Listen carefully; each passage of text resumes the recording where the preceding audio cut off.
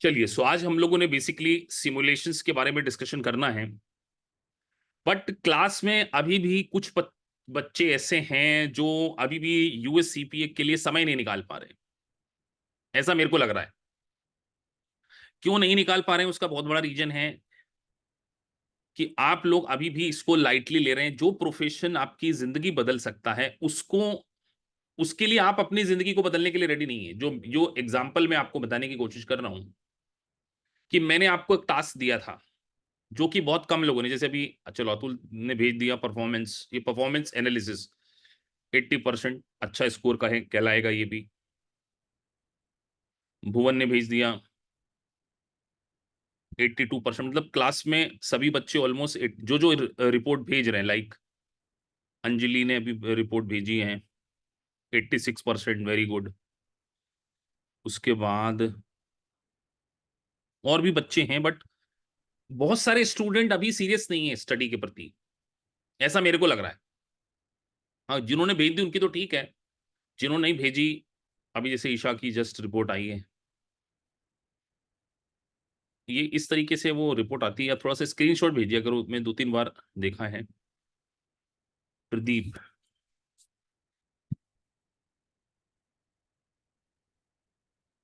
तो मैं ऑब्जर्व करता रहता हूँ कि आप पढ़ाई कर रहे हैं, तो क्लास में देखिए रिजल्ट आपके सामने है 84%।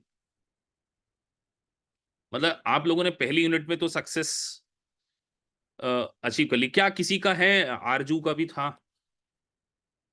आरजू अरोड़ा,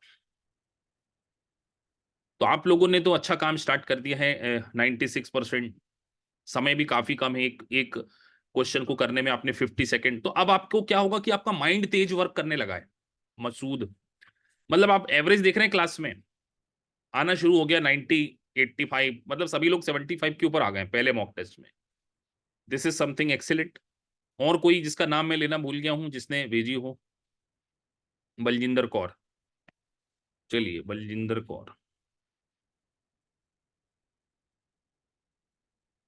तो जो अभी भी रिपोर्ट नहीं भेज रहे, देखो इनका तो पूरा 100% है, 1 मिनट इन्होंने लिया, वेरी गुड। तो इससे ये तो साबित हो रहा है कि आप लोग जिनका स्कोर 85 के ऊपर है, मतलब उनमें पोटेंशियल है, यह साबित हो रहा है। ईशा का भी चेक कर लेते हैं। अभी भी जो बच्चे परफॉर्मेंस नहीं भेज रहे हैं उनको ये समझना पड़ेगा कि ये देख नहीं पा रहा था मैं, कल इसको खोलने की कोशिश की थी, तो how can I solve the doubts, ये थोड़ा सा मुझे देखने को नहीं मिल रहा कि कैसे ये इस तरीके से आ रहा है ना, तो थोड़ा सा इसको क्लियरिफाई करके भेज देना। और आज से हमने सुपर 30 क्लासेस भी स्टार्ट कर दी है। कितने लोगों ने अटेंड करी है? आपको डिफरेंस दिखा कि नहीं दिखा? सुपर 30 क्लासेस जिसका नाम हमने दिया है, कुछ डिफरेंट लगा नहीं लगा आपको कि सर जो मेन, ये भी 94%, वेरी गुड, 1 पॉइंट। तो ये क्लास में परफॉर्मेंस आना शुरू हो गई है, तो मैं इससे काफी सेटिस्फाइड हूं। लेकिन ये कंसिस्टेंसी आपको अगली 15 यूनिट में और रखनी पड़ेगी। नवदीप, तो देखिए मैं सभी के स्कोर इसलिए खोल के बता रहा हूं कि 91, 96, 98, मतलब आप मेरे बताए हुए प्रोसेस पे बिल्कुल चल रहे हो। और अगर आप ऐसा चलते रहे तो फिर अब कुछ बच्चों के पास एक्सक्यूज होगा कि सर हम तो जॉब में हैं, हमें तो समय नहीं मिला, पढ़ नहीं पाए, इस संडे भेज देंगे, प्रोकास्टिनेशन। तो आज से तो आपके पास सिमुलेशन का टारगेट आने वाला है। तो जितना आप प्रोकास्टिनेट करते रहेंगे, जितना आप आगे बढ़ाते रहेंगे, उतना सीपीए आपका डिले हो जाएगा। अगर आपके पास सीपीए को पढ़ने के लिए टाइम नहीं है, तो सीपीए को पास करने के लिए भी आपके पास समय नहीं है, ये फैक्ट है। सो जो बच्चे फंडामेंटल क्लासेस में लाइव नहीं आ पा रहे, they can take our recorded classes. तो आप सोचिए मैं आपके लिए कितनी डिटेल क्लासेस, मैं आपको यूएस टैक्सेशन का बेसिक समझा रहा हूं, मैं आपको ऑडिट का ऑलरेडी बेसिक समझा चुका हूं। मैंने सुपर 30 नाम की एक बैच लॉन्च की, जिसमें आपको पूरे ऑलमोस्ट, आज आपने देखा होगा पहला सेशन, तो उसके बावजूद भी अगर अपन नहीं पढ़ाई कर रहे हो और आप सिमुलेशंस डिस्कशन, तो आप एज ए टीचर क्या करें? OTB session, live class, recorded class, OTB session, fundamental session, simulation session, इतनी कॉम्प्रिहेंसिव स्टडी करने के बावजूद भी कई बच्चे अभी भी नहीं जाग रहे, जिसमें नाम ले देते। क्रिस्टीना का आज तक कोई रिपोर्ट नहीं दिखी मुझे, उसके बाद जिनकी नहीं दिख रही उनके नाम ले रहा हूं। बहुत कभी कभार रवीना की आ जाती है रिपोर्ट, कभी कभार, रेगुलरली नहीं कहूंगा, कभी कभार आ जाती है। उसके बाद अच्छा, कनाडा में सर अभी रात हो रही, 1:30 बज रही है सर, टाइम जोन डिफरेंस है। अच्छा हाँ, वो आप देखो सारी क्लासेस तो टाइम पे नहीं हो सकती, तो उसको रिकॉर्डिंग में देख सकते हो जो सुपर 30 क्लास है गुरनूर। बाकी विद्या की एज सच कभी रिपोर्ट कम आती है। जानवी भी थोड़ा सा ऑडिट पढ़ने के बाद सीरियसनेस थोड़ी सी खत्म हो गई है। उसके बाद पंकज कभी कभार कोई रिपोर्ट आती होगी, Pankaj. Puja Gupta being a chartered accountant, मैं सोचता था कि थोड़ा सा और ज्यादा सिंसियरिटी दिखाते आप। आपका इवैल्यूएशन भी आ गया है, आप you are ready to give the exam. Baljinder Kaur regular हैं बाकी, और शिवानी मुझे कभी कभार दिखते हैं। तो जो ऑलमोस्ट 50-60 स्टूडेंट क्लास में लाइव आते हैं, उसमें से अप्रोक्सीमेट 20 स्टूडेंट ऐसे हैं जो कि अभी भी सीरियसनेस नहीं आई, वो समझ रहे हैं कि सीपीए को बस ऐसे पढ़ना है। आपको रियलाइज जल्दी हो जाएगा, या तो आप सीपीए छोड़ देंगे, खुद बोल रहा हूं, या अपने आप को सुधार लेंगे। दो ही चॉइस है आपके पास। हाँ, मोहिनी जैन तो बिल्कुल नहीं भेज पा रहे हैं। मोहिनी, आप माइल से पढ़कर आए हैं, आपका वहां पे क्लियर नहीं हो पा रहा था, अब आपको यहाँ पे ज्वाइन किया, उसके बाद पढ़ना तो आपको ही है ना। तो जो नहीं पढ़ रहे हैं उनको थोड़ा सा यहाँ पर क्या है, ध्यान रखना पड़ेगा कि थोड़ा सा ध्यान देना है। चलिए, जो गलती हो रही है आप लोगों से तो कोई दिक्कत नहीं है। नईम, हाँ नईम ऑल्सो, आपकी भी कोई परफॉर्मेंस रिपोर्ट नहीं आ रही, कोई दिक्कत नहीं है। पवन कुमार का कोई अता पता नहीं है। नेहा यादव भी। तो आप सब लोग एक दूसरी ट्रिप पे हैं, और वो ट्रिप है सीपीए नहीं बन पाने वाली। कौन सी ट्रिप है? सीपीए नहीं बन पाने वाली। अगर अभी नहीं सुधरेंगे तो कोई दिक्कत ही नहीं है। चलिए, तो आज हमने सिमुलेशंस को स्टार्ट करना है। हाँ, जो अच्छा कर रहे हैं उनके लिए तो अच्छी बात है ही। जानकी से भी डिसअपॉइंटेड है, नाम दिख गया सामने, रेगुलर परफॉर्मेंस नहीं है। तो आज हम बात करने जा रहे हैं सिमुलेशन। सिमुलेशंस का एग्जाम में पास होने में सबसे इंपॉर्टेंट रोल सिमुलेशंस का ही है, क्योंकि 50% पोर्शन एमसीक्यू है और 50% सिम्स है। ठीक है सर, 50% एमसीक्यू। अच्छा, चैट प्राइवेट कर दें, एक सेकंड।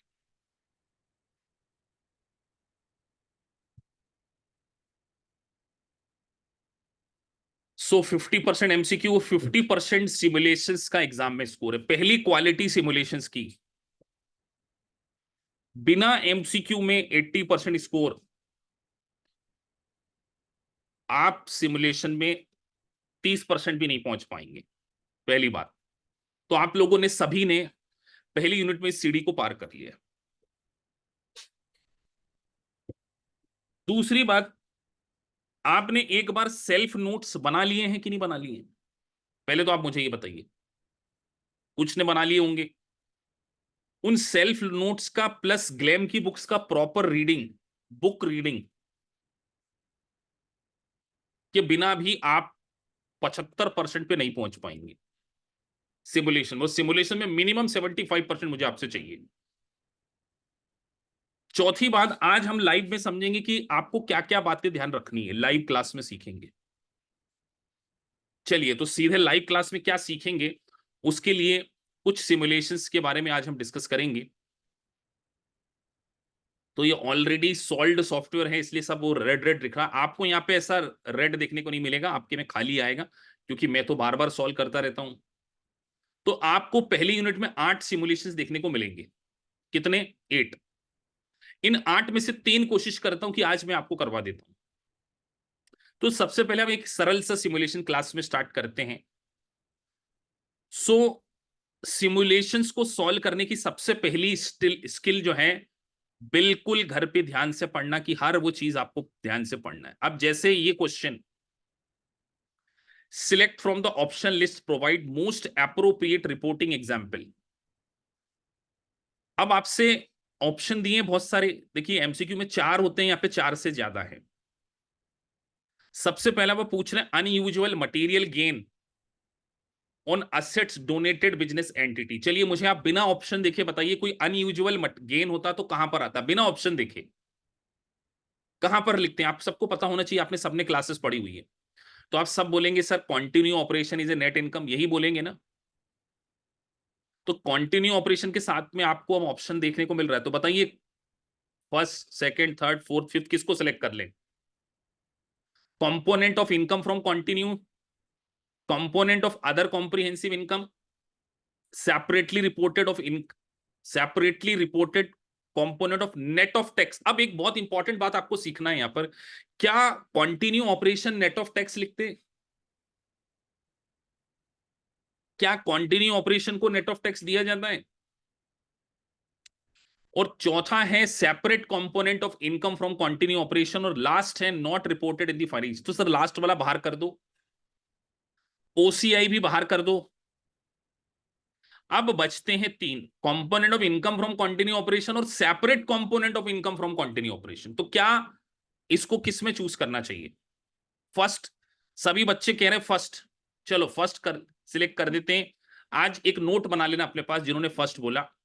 अनयूजुअल आइटम भले ही कंपोनेंट ऑफ कंटिन्यू है, लेकिन आज एक नोट्स बना लेना अपने पास जाके कि अगर अनयूजुअल है, भले ही वो part of income from continue operation है, भले ही वो पार्ट ऑफ लेकिन एक अनयूजुअल है, तो उसको सेपरेट डिस्क्लोजर किया जाएगा, अलग से दिखाया जाएगा। ये बात अपने नोट्स में बना लेना। कुछ बच्चों ने गलत बोल दिया था जल्दबाजी में। तो देखिए, अब आपको एक बात यहां पर समझ में आई कि सिमुलेशंस में हम कुछ रॉन्ग मिस्टेक्स करेंगे। Sims mistake should be part of your notes.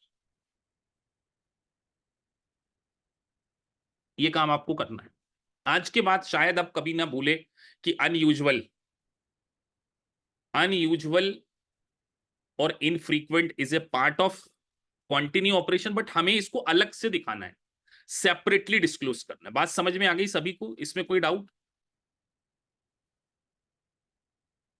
और बुक की रीडिंग करेंगे तो उसमें देखने को मिलेगा, आप देखना, मैंने बोला बुक की रीडिंग करो और उसमें ये पॉइंट नोटिस कर लो। अगला क्वेश्चन आता है, increase of fair value available for sale security. Available for sale security देखते से अपने दिमाग में एक कॉन्सेप्ट याद आ जाना चाहिए जो मैंने आपको पढ़ाया, अवेलेबल फॉर सेल। चलिए लिखिए कहां पर आता है।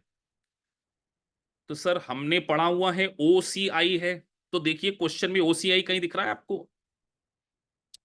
सर ओसीआई कहीं दिख रहा हो तो बता दो। तो ओसीआई तो दिख नहीं रहा सर, तो फिर कहां लिख दें? तो कई बच्चे बोल रहे सर ओसीआई भले नहीं लिखा है, लेकिन हमको आपने सिखाया कि OCI is a part of, वैसे यह लिखा हुआ ओसीआई अदर कॉम्प्रिहेंसिव। तो सर कोई दिक्कत नहीं, दिख गया हमको। तो ये तो अपने को कंसेप्ट क्लियर था, तो ये आपने कर लिया, यही सिमुलेशन है। डैमेज हो गया अर्थक्वेक से न्यूयॉर्क सिटी में, और लॉस हो गया। अर्थक्वेक आना कंटिन्यू या डिसकंटिन्यू, जल्दी बताइए, मैंने सिखाया आपको। तो sir earthquake is a part of continue, तो बताइए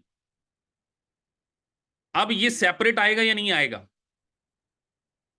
बिल्कुल सर, ये भी अनयूजुअल है। अब अनयूजुअल जरूरी नहीं है कि लिख के आएगा बुक में कि अनयूजुअल, ऊपर तो अनयूजुअल लिखा था, लेकिन अपने को अनयूजुअल का मतलब जो कभी कभार होता है, तो अर्थक्वेक रोज नहीं आ सकता। तो क्वेश्चन ने भले लिख के नहीं दिया, अपने को ध्यान रखना है। क्लियर है ये बात? Loss on foreign subsidy operation due to significant currency development by foreign government. तो लॉस इन फॉरेन सब्सिडी, एक याद आता हो आपको कुछ? सर फॉरेन सब्सिडी का लॉस, फॉरेन एक्सचेंज, सभी लोग बोल रहे सर ओसीआई में जान दो। तो क्लियर हो गया आप? अगला, operating loss of discontinue component, साफ लिख दिया डिसकंटिन्यू ऑपरेशन। तो डिसकंटिन्यू कहां आता है sir? Operation loss of discontinue. अब बताना है कंटिन्यू और नेट, बताइए क्या है? क्या फाइनेंशियल स्टेटमेंट में डिसकंटिन्यू को शो नहीं करते? कई बच्चे बोल रहे सर इसको मत लिखो फाइनेंशियल स्टेटमेंट में। Separate component from continue operation, कई बच्चे बोल रहे सर इसमें डाल लो। क्या डिसकंटिन्यू कंटिन्यू ऑपरेशन हो सकता है? क्या खुद क्वेश्चन बोल रहा है कि डिसकंटिन्यू, कई बच्चे बोल रहे सर सेकंड लास्ट जिसमें गुरनूर सिंह का नाम है।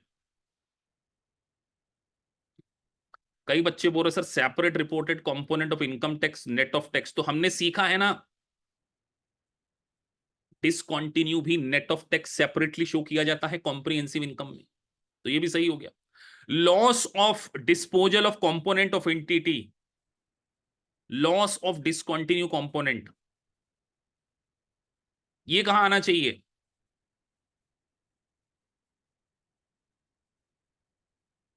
कई बच्चे बोल रहे हैं इसको ओसीआई में डाल दो। अब देखो जिन्होंने ओसीआई में डाले उनका नाम ले लेता हूं मैं, शाह। अभी भी अपने को पढ़ाई ढंग से नहीं की है अपन ने।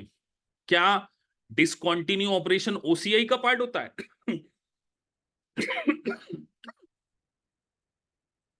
डिसकंटिन्यू बेटा separately reported net of tax. तो जब तक सर कुछ परसेंट तो याद भी करना पड़ेगा, मतलब ये खत्म हो गया, ऐसे आपका ग्रीन टिक लग जाएगा।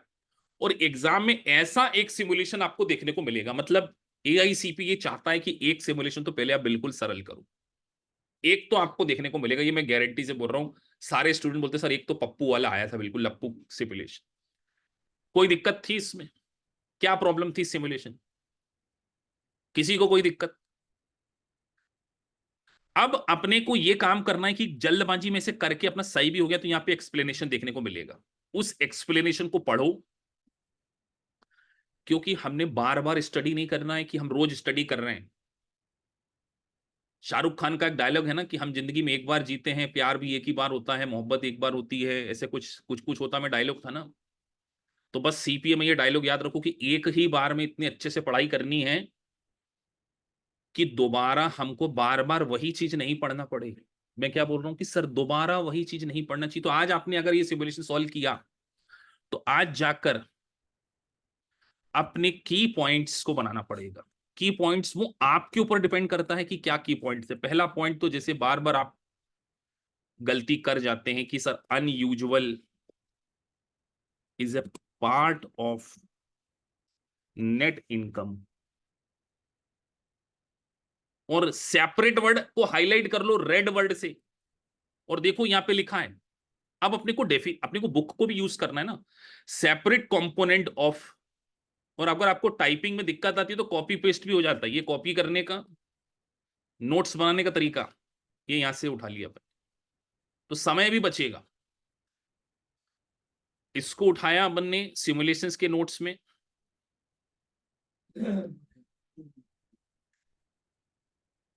और जो कमेंट्री आपको वहां से काम की बात है, ए मटेरियल इवेंट और transaction that entity consider unusual in nature, infrequent in occurrence or both must be reported as a separate component of the income from continuum। ये लाइन बड़ी इंपॉर्टेंट।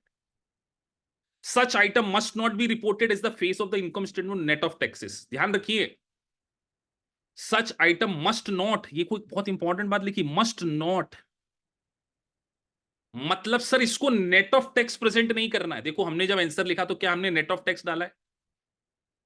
ये छोटी सी बात है लेकिन आप भूल जाओगे, छोटी सी बात है।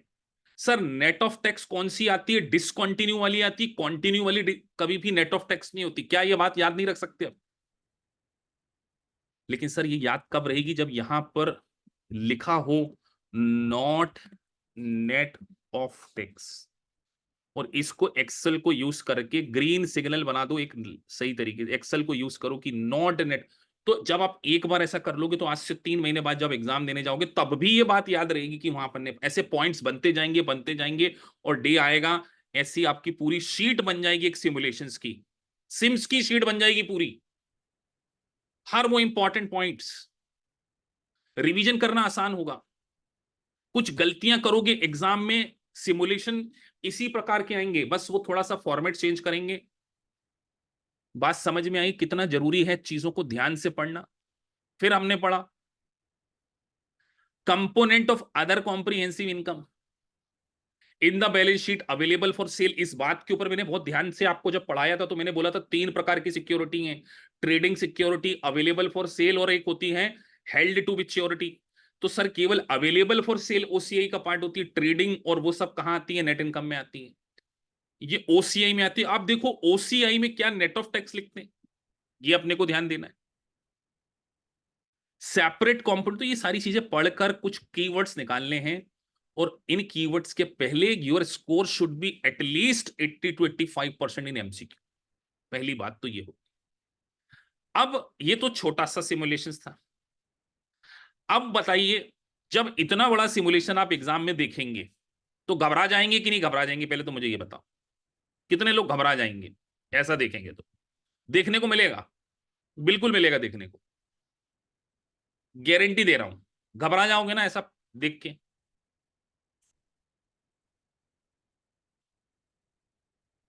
एग्जाम में सर हम ऑलरेडी 50,000 का एक पेपर खर्च कर चुके हैं, एग्जाम के 4 घंटे में बैठे हुए हैं। बस यही बात याद रखना कि अगर प्रैक्टिस बहुत अच्छे से करी है तो यू ऑल आर ह्यूमंस, और जो एग्जाम दे रहे हैं वो सभी ह्यूमन बीइंग है, they are not any robot. कोई एग्जाम नहीं देने जा रहा है अक्रॉस द वर्ल्ड, सबके साथ यही होगा। लेकिन जिसने एग्जाम देने के पहले 3-4 महीने बहुत सारे सिमुलेशंस करे होंगे, प्रैक्टिस, प्रैक्टिस बहुत ज्यादा इंपॉर्टेंट है। इतनी ज्यादा इंपॉर्टेंट है कि आपकी प्रैक्टिस आपको उस एग्जाम डे पर कंफर्टेबल फील करा देगी। तो इसीलिए सिमुलेशंस आपको ग्लैम में से करने का एक सबसे बड़ा फायदा क्या है पता है? ग्लैम में सिमुलेशन का आंसर तुरंत आता ही नहीं है। ग्लैम का सिमुलेशन सबसे लास्ट में आपकी पूरी परफॉर्मेंस दिखाएगा। मतलब वो ये चाहता है कि आप simulation real time exam practice के अकॉर्डिंग करो।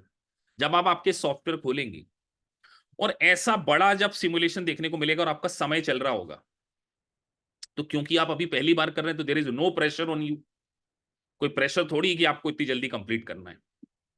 तो जब आप यहां पर सिमुलेशंस देखें नीचे, इतना बड़ा, ऐसा बड़ा, तो पहली स्टेप आपको इस क्वेश्चन में सबसे पहले तो ये ढूंढना कि करना क्या है। क्या करना है यहां जरा नीचे से देखो, complete the combined statement of income and comprehensive income in multiple step format for the year ended. क्या बनाना है आपको इस क्वेश्चन में? क्या बनाना है सर? सर हमें इनकम स्टेटमेंट बनाना है। उन्होंने बनाने के लिए आपको सेल बोला है, सबसे एक एक सेल का एक एक पॉइंट ऐसे समझो।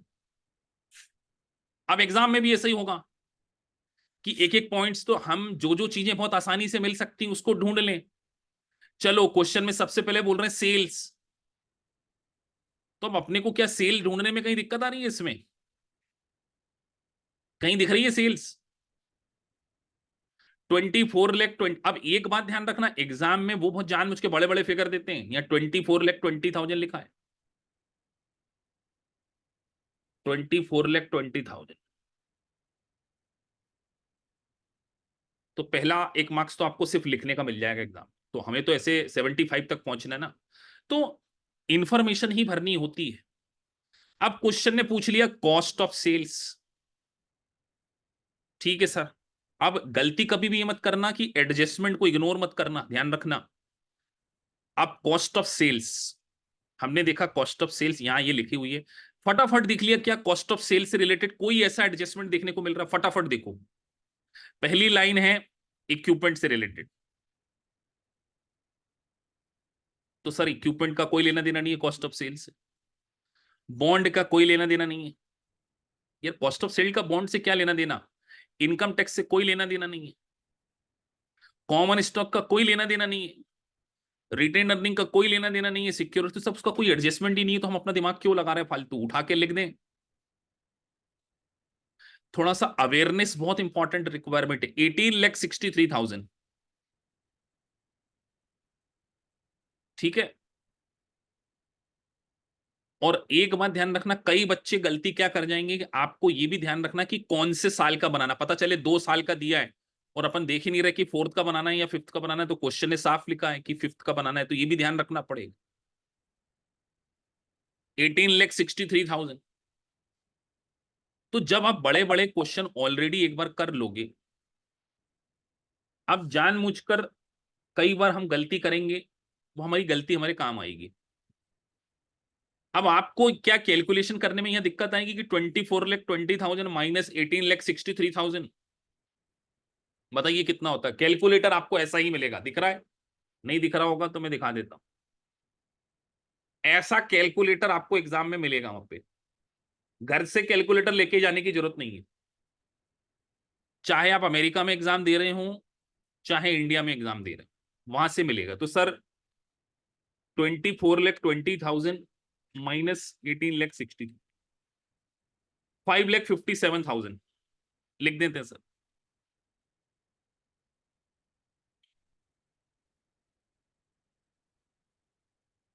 तो बहुत ज्यादा कॉम्प्लिकेशन नहीं है। आप एक चीज देख रहे हो मैं कितना रिलैक्स हूं, जबकि मेरे पे प्रेशर होना चाहिए। ऑलमोस्ट 40+45 स्टूडेंट अभी बैठे हुए हैं, रिलैक्स माइंड में। Comfort zone is the west zone. एकदम अटेंटिव प्रेशर लेके नहीं बैठना एग्जाम में। अगर आपने अपने आप को कंफर्टेबल रखना सीख लिया तो सारा काम हो जाएगा। चलिए अगला बात करते हैं, सेलिंग एंड एडमिनिस्ट्रेटिव ढूंढ लेते हैं सर। सेलिंग एंड एडमिनिस्ट्रेटिव 220 मिल गए हैं। अब देखो कहीं सेलिंग एंड एडमिनिस्ट्रेटिव में कुछ चीजें तो नहीं है, कोई एडजस्टमेंट दिख रहा है आपको? कोई ऐसा एडजस्टमेंट, यस और नो? चलो किसी को कोई एडजस्टमेंट नहीं दिख रहा, उठा के लिखना है 220।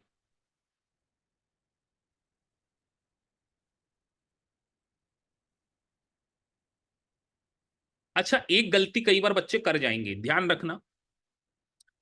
कई लोग यहां पे इसको माइनस लिख देंगे ऐसे। क्वेश्चन में पढ़ना पड़ेगा कि क्वेश्चन ऐसा कहीं हिंट नहीं दे रहा कि डेबिट फिगर को नेगेटिव में लिखो। क्वेश्चन ने कहीं नहीं लिखा है, देखो क्वेश्चन कई बार खुद बताएगा। अगर यहां पर आप जरा सा भी गलती कर देंगे, सोचो आपको आता हुआ है, लेकिन अगर आपने एक काम कर दिया इसके अंदर ब्रेक, जहां नेगेटिव लगाना वहां लगाना पड़ेगा। तो ये देखो ये गलत हो एग्जाम। तो ये भी ध्यान रखना है कि क्वेश्चन ने कहीं ये तो नहीं बोला कि डेबिट फिगर को नेगेटिव में लिखो या ब्रैकेट में लिखो, ये क्वेश्चन बोलेगा। तो ध्यान से पढ़ना बहुत जरूरी है। और देखो क्वेश्चन में लिखा है enter all number as positive. पता चले अगर वो लास्ट लाइन आप पढ़ना भूल गए, सारा क्वेश्चन आपको आता है, तो आप गलती कर सकते।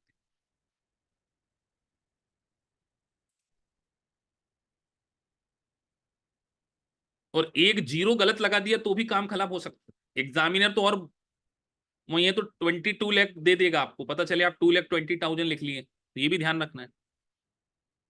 तो बात समझ में आ रही है?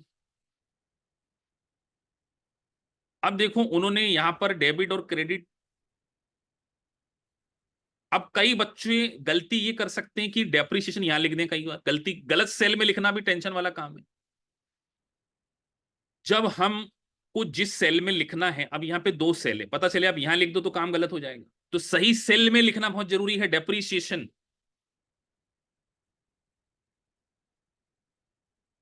और आइटम बाय आइटम ढूंढने की कोशिश कर रहा है। डेप्रिसिएशन 88, क्या कोई एडजस्टमेंट है डेप्रिसिएशन से रिलेटेड? अब है सर।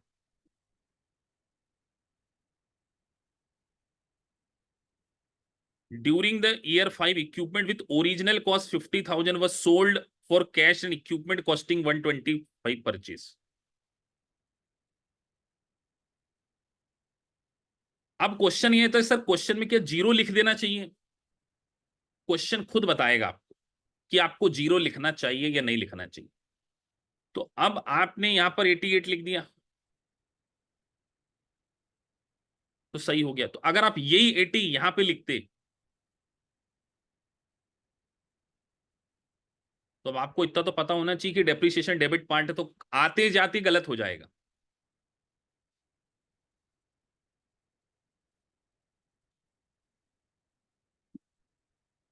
अब मुझे बताइए ऑपरेटिंग इनकम कित, अब देखो यहां पर अगर ये चीज दी है तो किस चीज के लिए, क्या इसका टोटल लिख सकते हैं? अब देखो ये चीज उन्होंने दी है, ये कॉलम, तो कई बार अपने को लगेगा कि सर इसका टोटल लिख दें, तो एक आध परसेंट कई बार आपसे गलती हो सकती है। अब 30 लाख, अब पता चले आपका अपना दिमाग काम कर जाए और आप यहां पर ऐसा कुछ लिखाओ 308,000। तो देखो अगर उन्होंने सेल दी है तो आप कुछ तो कॉमन सेंस लगाना पड़ेगा ना, क्योंकि जीपी में से ऑपरेटिंग इनकम तभी आएगी जब यहां का माइनस करें। अब हो सकता है कि आप अपना दिमाग लगाकर एग्जाम में ऐसा कराएं कि 5,70,000, जैसे मैं यहां कर रहा हूं कैलकुलेटर पे, माइनस 2,20,000 माइनस 88,000। आपने यहां तो लिख दिया 249।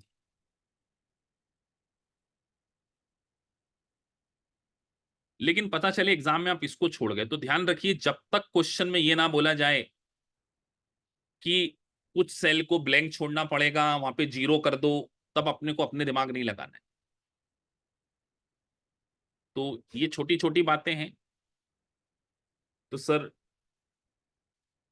2,20,000 प्लस 83,08,000, 3,08,000 है ना, सॉरी। हाँ,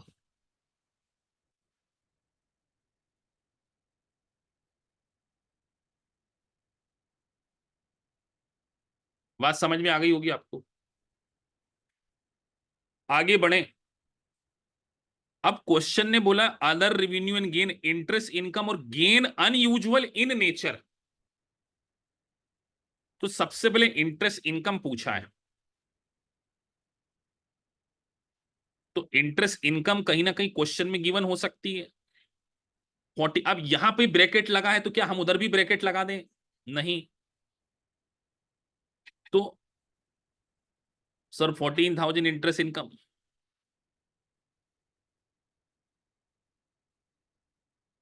गेन अनयूजुअल इन नेचर। अब अनयूजुअल इन नेचर की कोई डेफिनेशन तो है नहीं सर जो कभी कभार हो। तो देखो, पहले तो यहां कहीं देखो, देखने को मिल रहा है गेन, ये मिल गया आपको, गेन अनयूजुअल इन नेचर।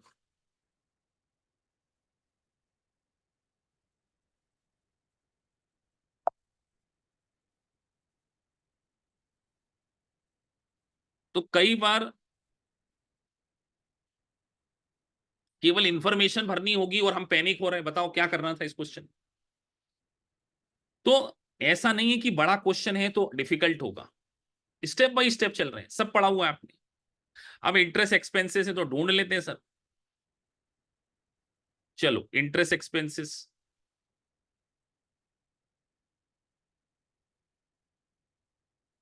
46, चलो 46 लिख देते हैं।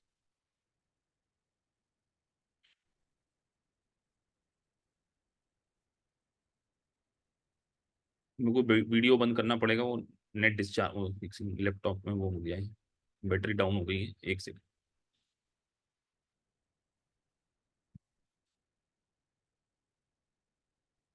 सर ये हो गया 46,000। चलिए आगे बढ़े। Loss on sale of equipment, ढूंढो कहां लिखा है। Loss on sale of equipment 7,000।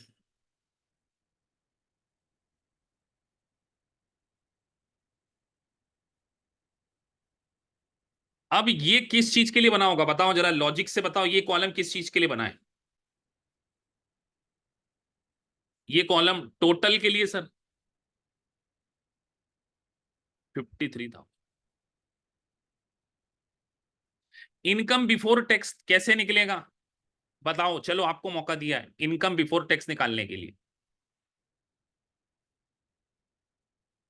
अब क्वेश्चन में देखने की जरूरत नहीं है, इनकम बिफोर इनकम टैक्स इतना निकाल के आपको बताना है। मैंने आपको मौका दिया है सभी को। तो सर ऑपरेटिंग इनकम हम यहां तक निकाल चुके थे, ये निकल चुका था ना ऑपरेटिंग इनकम। तो 249 में इनकम प्लस कर दी, ये वाली 14 प्लस 90, ये हो गया 3,53,000, उसमें से ये 53 माइनस कर दिया तो 3 लाख आ रहा है। कई लोगों का 3 लाख नहीं आ रहा, कई लोगों का पता नहीं कुछ 2,19,000 निकाल के बैठे कई लोग। अब सोचिए यहीं पर आप अगर प्लस माइनस में गलती करेंगे, अब आप लोगों ने 3 लाख बोला, मैंने लिख दिया, तो सही हो गया। अब क्वेश्चन बोल रहा है इनकम टैक्स लिखना पड़ेगा यहां पर, इनकम टैक्स। तो इनकम टैक्स कहीं से मिल जाएगा क्या अपने को? क्या रेट ऑफ इनकम टैक्स ढूंढ सकते हैं क्वेश्चन में?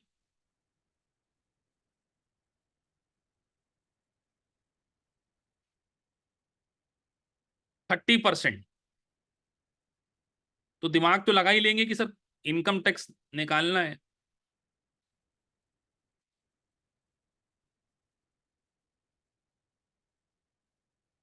मेरा कंप्यूटर ही जाम हो गया, एक सेकेंड। हाँ, तो 90,000। अच्छा, माइनस का निशान अपने हिसाब से नहीं लगा देना है, नहीं तो क्वेश्चन ने बोला नहीं। Net income 3 lakh minus 90, 270। अच्छा, कुछ सीखना भी है, जल्दबाजी में थोड़ी करना है। अब देखो, मैंने कुछ गलती कर दी क्या? वो अच्छा, 90 जाएगा तो 210 आएगा ना।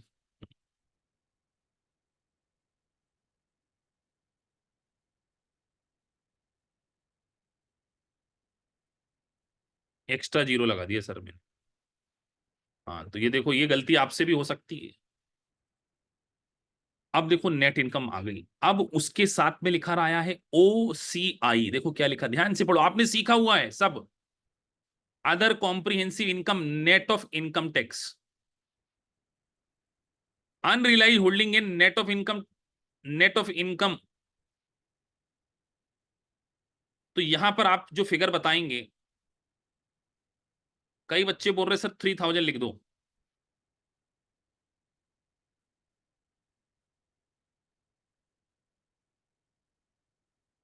अब देखो,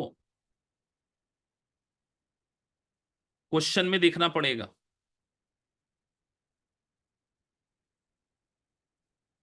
अनरिलाइज होल्डिंग गेन ये 3000 है।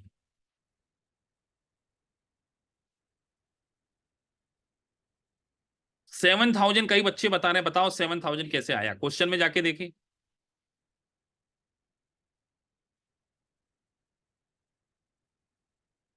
7000 कैसे बताया?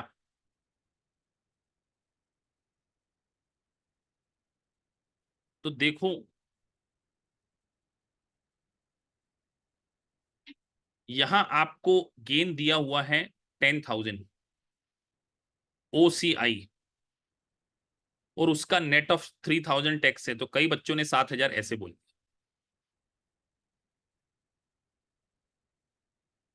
बात समझ में आई?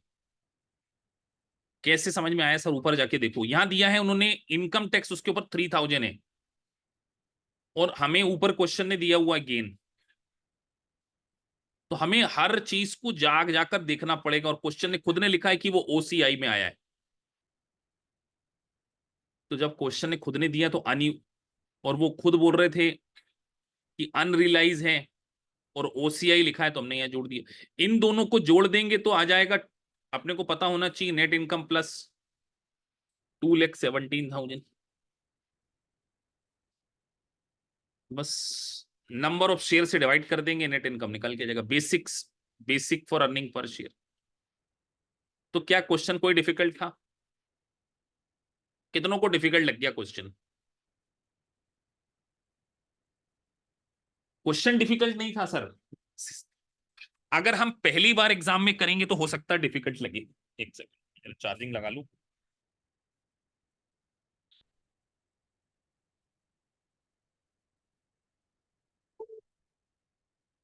अब अगर आप एग्जाम में, अभी तो एग्जाम की बात कभी नहीं करना चाहिए डे वन से। अभी आपको पहले सीखना है। कई बच्चे बोलते हैं सर हम एग्जाम कब देंगे। एग्जाम के लिए जो पढ़ाई करते हैं वो कभी भी पास नहीं होते। नॉलेज के लिए पहले पढ़ो।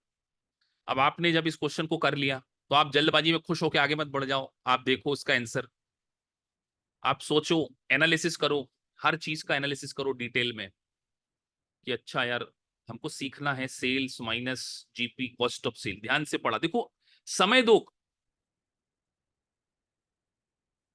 अपने आप को समय दो, कि sir sales minus cost of sales, question ने ग्रॉस प्रॉफिट निकाला है, फिर सेलिंग, ये सब आया। ऑपरेटिंग इनकम अपने दिमाग में आ जाना चाहिए, ऑपरेटिंग इनकम ऐसे निकलती है। और ध्यान से पढ़ो, ऑपरेटिंग और अदर रेवेन्यू अलग दी हुई है, इसका क्या मतलब है? ये कौन सा फॉर्मेट का इनकम स्टेटमेंट बना, कौन बताएगा?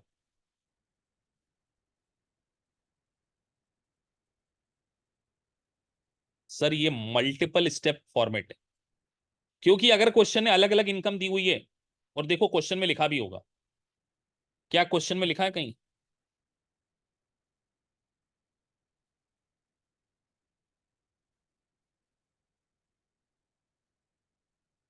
The following condensed trial balance, ये ट्रायल बैलेंस है। और आज मैंने सुबह बेसिक क्लास में ट्रायल बैलेंस का मतलब समझाया कि एक इफेक्ट आता है या दो इफेक्ट आता है। Multiple step format.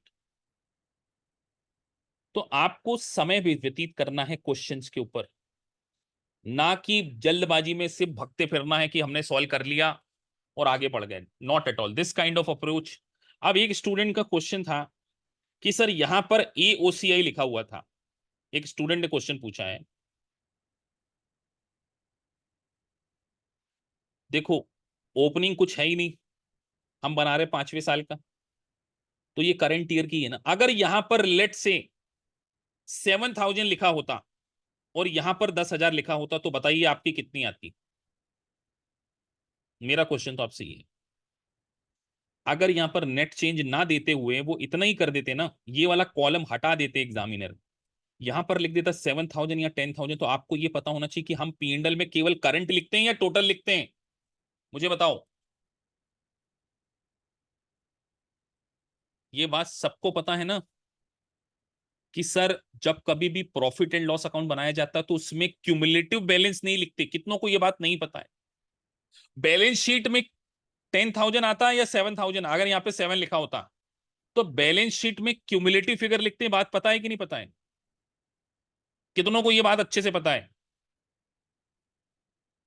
कि सर बैलेंस शीट में क्यूमुलेटिव मतलब टिल डेट तक टोटल 10,000 लिखते। तो अपने को सिर्फ क्वेश्चन नहीं सॉल्व करना है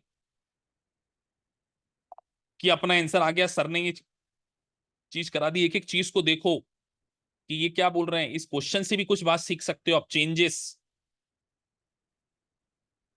और मुझे बताइए, यहां पर उन्होंने चेंजेस के बारे में बात ही नहीं करी। देखो P&L की आइटम में चेंजेस के बारे में बात नहीं है।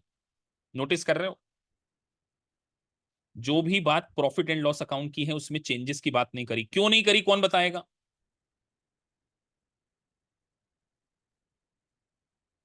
क्योंकि सर कभी भी प्रॉफिट एंड लॉस अकाउंट के क्यूमुलेटिव बैलेंस होते ही नहीं है,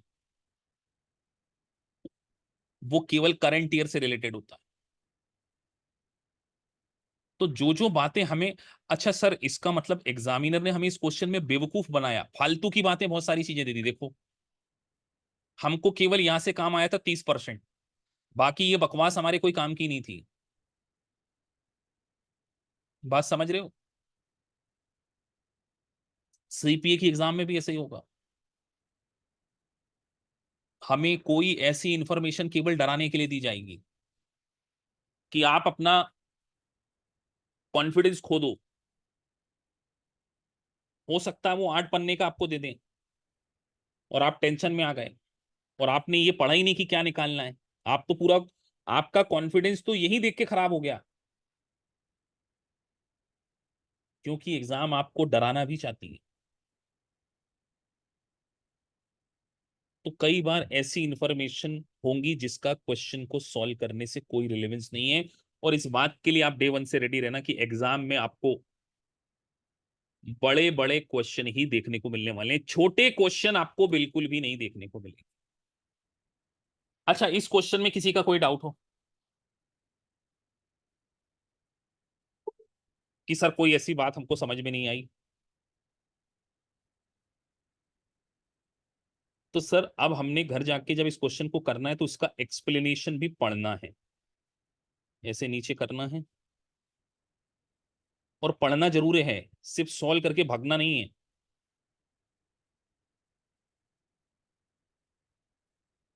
एक बार, और एक बार जब आप कर लोगे ना तो आपका हाथ बैठ जाएगा, और एक बार हाथ बैठ जाएगा तो दिमाग भी में वो सारी चीजें बैठ जाएगी। तो दो सिमुलेशंस हमने करे, एक और करते हैं। अब इस क्वेश्चन में कुछ इंफॉर्मेशन आपको भरी हुई दी हुई है,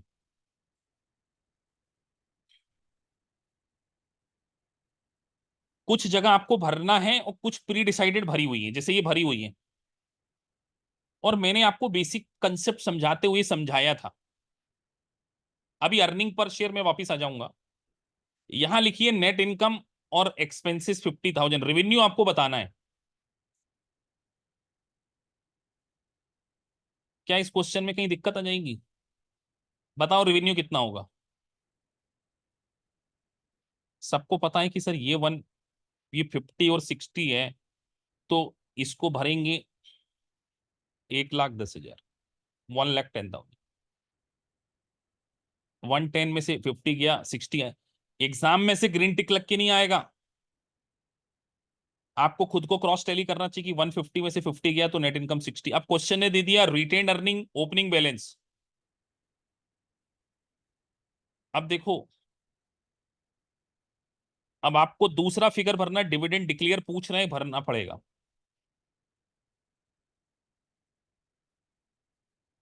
और क्लोजिंग दी हुई है।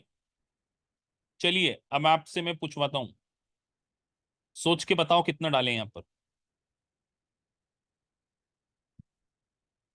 कई बार नीचे से ऊपर जाना पड़ सकता है। अब कई बार आप अटक गए तो यहाँ, अच्छा देखो एग्जाम में भी ऐसे ही होगा, आपको चारा नहीं मिल रहा कि अरे यार इसमें से ये माइनस करेंगे तो ये आएगा क्लोजिंग, ये दोनों ही नहीं है, तो आप वही सोच रहे हो क्या करना चाहिए मुझे बताओ। आपको अगले पॉइंट, अपने दिमाग को ओपन माइंडेड रखो, क्लोज मत करके रखो। चलो अभी ये नहीं बन रहा ना, चलो नीचे से चेक करते हैं, क्या नीचे से कुछ बन सकता है क्या। अब देखो यहां पर लिखा है नीचे से ऊपर जा सकते हैं क्या, ऐसा सोचना,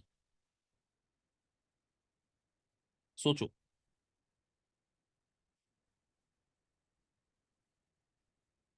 अब देखो यहां पर लिखा है टोटल लाइबिलिटी, आपको सोचना पड़ेगा। यहां लिखा है करंट असेट और नॉन करंट असेट्स, तो मुझे बताओ करंट वर्सेस नॉन करंट का टोटल क्या हो सकता है। इतना दिमाग तो लगा ही पाएंगे कि नहीं एग्जाम में, कि सर करंट और नॉन करंट का मतलब टोटल एसेट, मतलब एग्जामिनर यहां से आपको 680 डलवाना चाह रहा है, और उसको पता होना चाहिए आपको खुद को कि अगर टोटल असेट मेरी 680 है, ये मेरी 680 आ गई टोटल असेट, तो आपके दिमाग में एक चीज और आ जाना चाहिए कि सर टोटल असेट अगर 680 है तो इक्विटी प्लस टोटल लाइबिलिटी भी 680 ही होगा। बात समझ में आती है।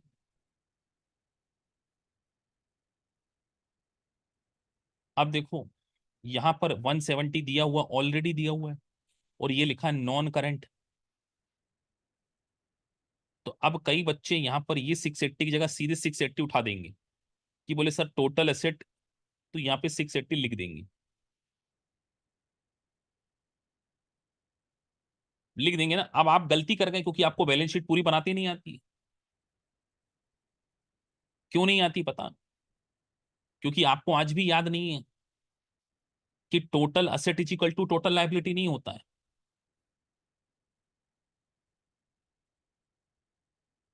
तो मैं आपको ये क्वेश्चन होमवर्क के लिए दूंगा, ये मैं आपको पूरा नहीं करा रहा,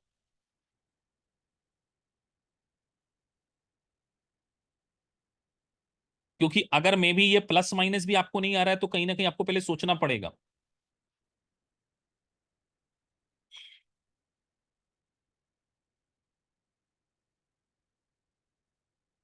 अब देखो, कर लोगे ये क्वेश्चन की नहीं प्लस माइनस वाला, कि ये भी करवाना है। बेटा अगर सभी मैं करवाने लगूंगा तो फिर आप खुद कैसे सीखोगे, डेवलप कैसे होगे। तो इस क्वेश्चन को आपने खुद ने करना, आपके उसमें आएगा। बात समझ में आती है। अब जरा आप लोग अपना अपना एलएमएस एक बार खोलिए, अभी मैं इसको कर रहा हूं यहाँ पे एंड।